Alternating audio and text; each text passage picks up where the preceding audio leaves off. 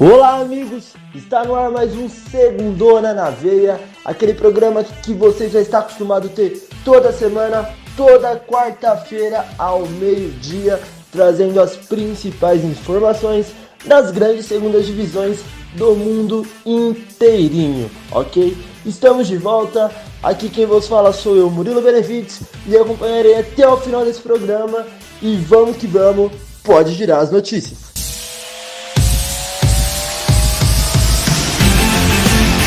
Pela La Liga 2, nessa semana teríamos o início da disputa dos playoffs. Entretanto, essa situação acabou não acontecendo devido a uma partida que acabou sendo adiada ainda na primeira fase da competição. A partida entre Deportivo La Coruña e Fuenlabrada acabou sendo adiada devido aos casos de alguns jogadores do Fuenlabrada que testaram positivos para o coronavírus. Com isso, nessa semana, os organizadores da La Liga acabaram tomando a decisão de adiar de forma definitiva esta partida. Com isso, o Elche acabou sendo privilegiado, Poderia perder essa posição por Fuenlabrada caso o Fuenlabrada ganhasse ou até mesmo empatasse a sua partida.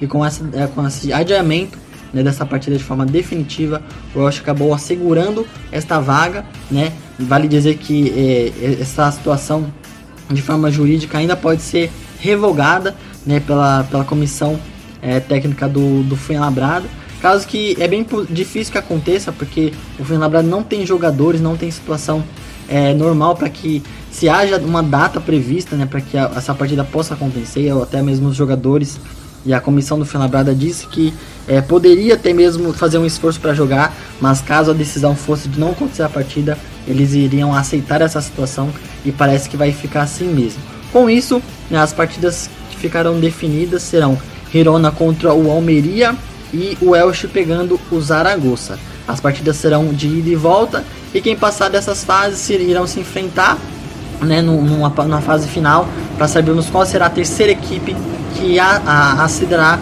para a primeira divisão do campeonato espanhol. E essas foram as informações da La Liga 2. Eu sou Alan Martins para o Segundona na Veia.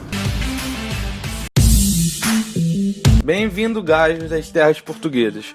Por aqui, o clima é de um mercado da bola bastante agitado, com 3 clubes sendo os principais. Por exemplo, no Estoril teve eleição. Alexandre Faria foi reeleito com 98% dos votos e vai para o seu 3º mandato à frente do clube canarinho. Além disso, o goleiro Thiago, ex-Flamengo, que estava já no clube, assinou um contrato em definitivo por 3 anos com o Estoril. Outro jogador que reforçou o clube foi o meio de campo Bruno Lourenço, jogador de 20 anos, que veio proveniente do Aves. Outro time que passou por algumas situações, perdas de jogadores, foi o Chaves. Hélder Almeida e Abdul deixaram o time. Para reforçar a defesa, foi contratado João Reis, lateral que vai representar os flavianenses pela 2ª vez na carreira.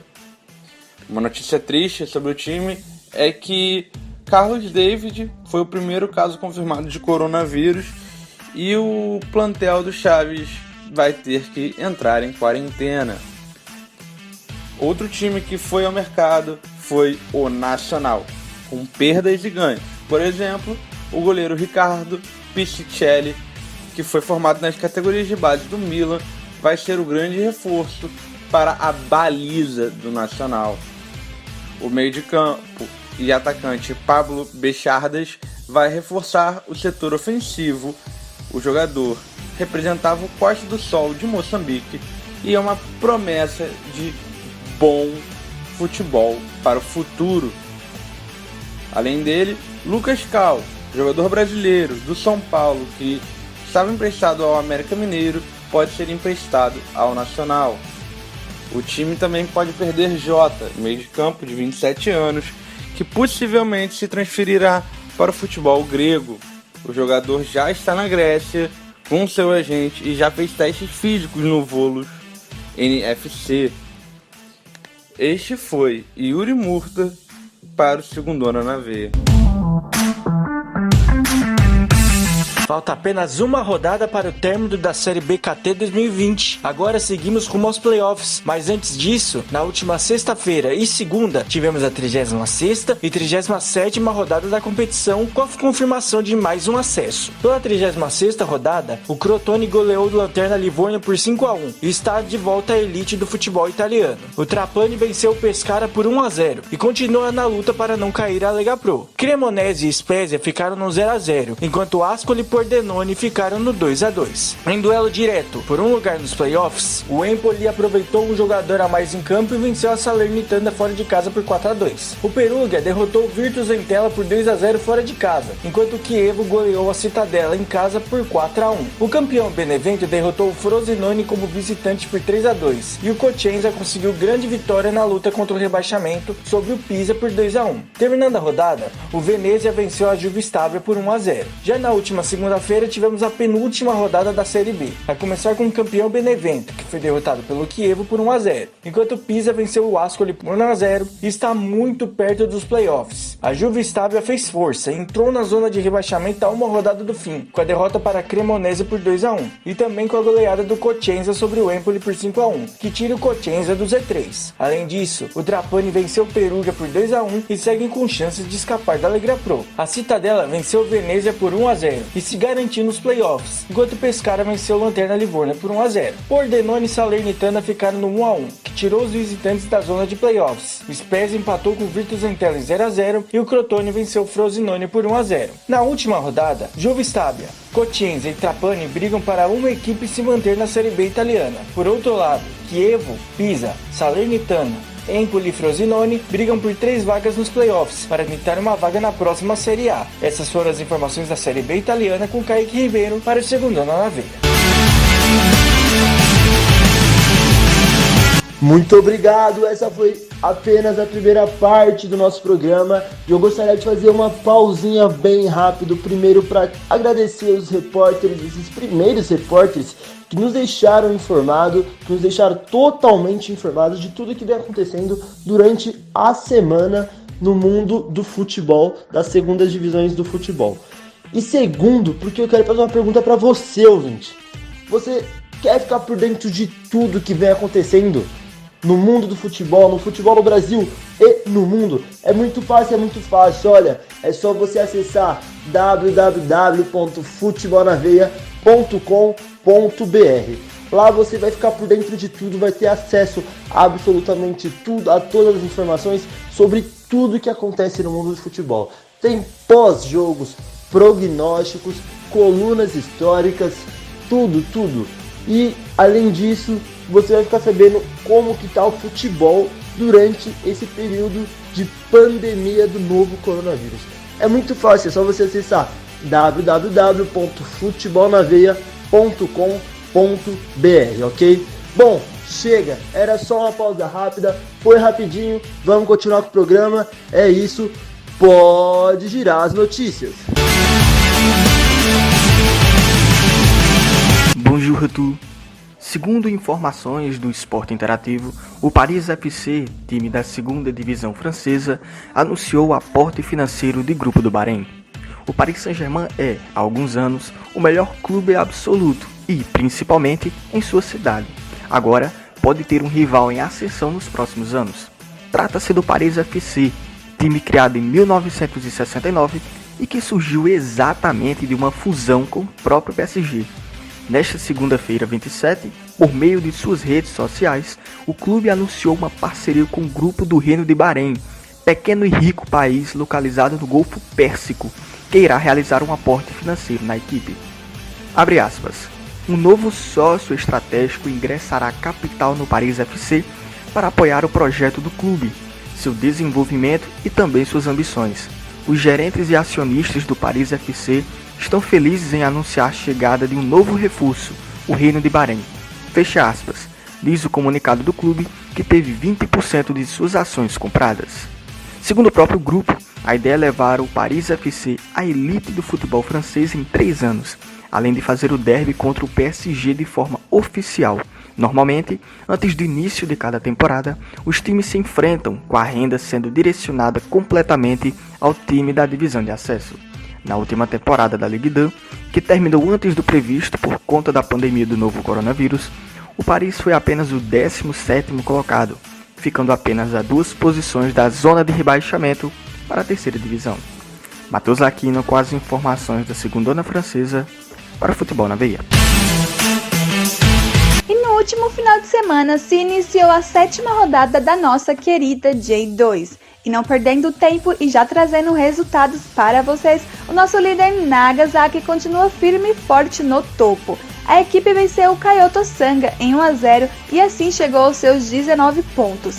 E o vice-líder Ardija segue na cola com 15 pontos. A equipe venceu o Matsumoto Yamaga também em 1-0, ficando a 4 pontos do líder.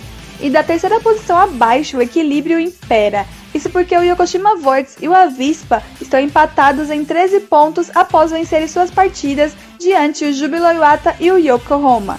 A competição está no comecinho, a diferença do 5º colocado Niigata para o último Kasatsu é de apenas 9 pontos, mas conforme as rodadas vão passando, conseguimos identificar quem vai brigar pelo quê.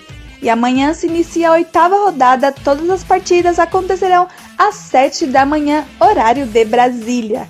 O líder Nagasaki vai de encontro a um dos últimos colocados, Renofa, para segurar a liderança, enquanto que o encontro direto para fugir da degola, o lanterna Kasatsu, que tem apenas 3 pontos, vai de encontro ao 19º colocado Toshigi, que tem 7. E essas foram as principais notícias da J2. Eu sou a Karine Valbuza para a Segundona na Veia do Futebol na Veia. Pela Liga 2, nessa semana teríamos o início da disputa dos playoffs. Entretanto, essa situação acabou não acontecendo devido a uma partida que acabou sendo adiada ainda na primeira fase da competição. A partida entre Deportivo La Coruña e Fuenlabrada acabou sendo adiada devido aos casos de alguns jogadores do Fuenlabrada que testaram positivos para o coronavírus.